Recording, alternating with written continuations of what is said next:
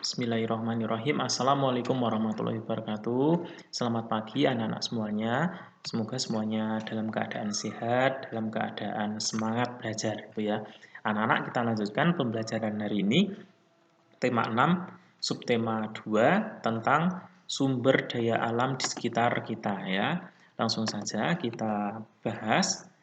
Segala sesuatu yang tersedia di alam dan dapat dimanfaatkan untuk memenuhi kebutuhan hidup disebut sumber daya alam. Jadi semua yang ada di alam ini yang bisa kita manfaatkan dan digunakan untuk memenuhi kebutuhan hidup itu disebut sebagai sumber daya alam ya.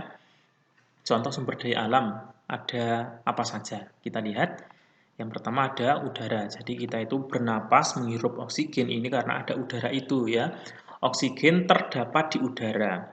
Udara kita perlukan untuk memenuhi kebutuhan hidup ya.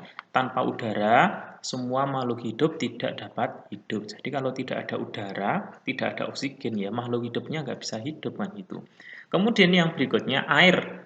Air kita gunakan untuk berbagai keperluan dalam kehidupan kita. Misalnya apa? Minum, mandi, mencuci, memasak, dan lain sebagainya itu membutuhkan air ya. Air bisa kita dapatkan di permukaan dan di dalam bumi ya. Kemudian sumber daya alam yang berikutnya adalah tanah. Tanah ini berasal dari bebatuan yang melapuk ya.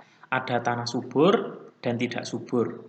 Tanah subur dapat kita gunakan untuk menanam tanaman. Jadi yang subur ini digunakan untuk menanam tanaman. Kemudian tanah yang tidak subur dapat kita gunakan untuk apa? Untuk membangun pemukiman, toko, pabrik dan lain-lain ya.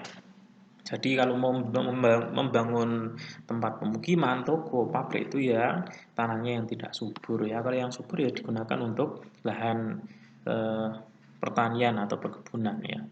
Kemudian yang berikutnya adalah sinar matahari. Semua makhluk hidup membutuhkan sinar matahari ya. Baik itu manusia, hewan, tumbuhan semuanya membutuhkan sinar matahari. Sinar matahari merupakan sumber energi.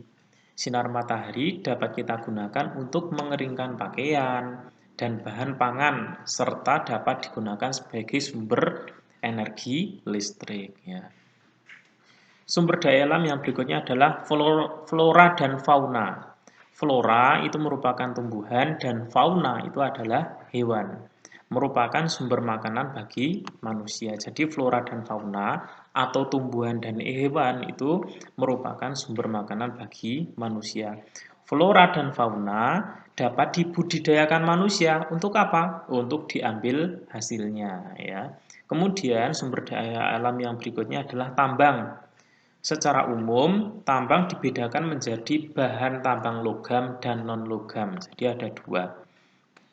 Bahan tambang logam misalnya emas, besi, tembaga, dan lain-lain. Bahan tambang non-logam misalnya batu bara, minyak bumi, dan lain-lain. Itu beberapa jenis sumber daya alam ya. Kemudian manfaat sumber daya alam. Manfaatnya apa saja tahu kita lihat. Yang pertama sebagai sumber energi. Jadi sumber daya alam ini dimanfaatkan sebagai sumber energi. Biasanya dalam bentuk minyak, bumi, dan gas bumi ya.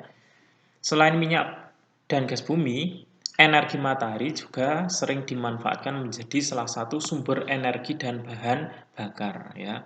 Kemudian manfaat yang berikutnya sebagai pembangkit tenaga listrik ya. Dengan memanfaatkan minyak bumi atau energi matahari, sumber daya alam dapat diolah menjadi energi listrik ya.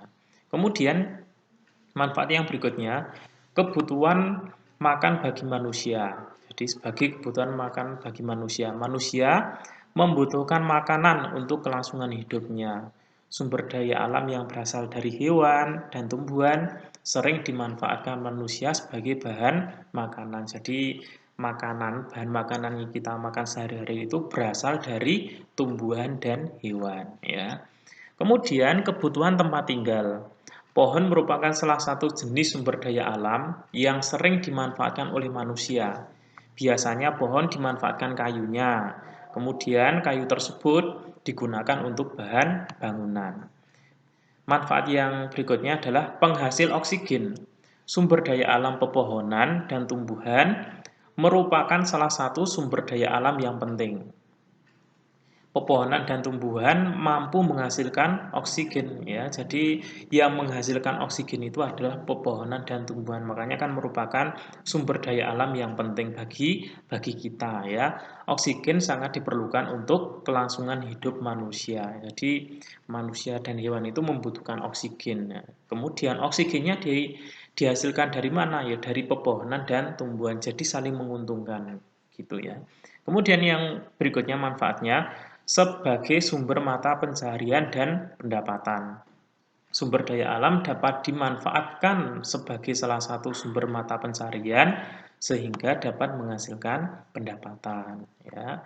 Kemudian kesimpulannya yang terakhir adalah sebagai manusia kita harus menjaga dan melestarikan sumber daya alam dengan baik serta memanfaatkan sumber daya alam di sekitar kita dengan bijak. Jadi sumber daya alam yang tersedia ini boleh dimanfaatkan, boleh digunakan, tetapi penggunaan dan pemanfaatannya harus secara dengan bijak ya, tidak boleh berlebihan, tidak boleh boros, apalagi sampai merusak alam itu tidak boleh. Kalau memanfaatkan dengan bijak itu boleh kan gitu ya. Kemudian yang terakhir tugasnya nanti mengerjakan soal di Google Form. Terima kasih anak-anak semuanya. Semoga pembelajaran hari ini bermanfaat dan tetap semangat belajar gitu ya. Terima kasih. Assalamualaikum warahmatullahi wabarakatuh.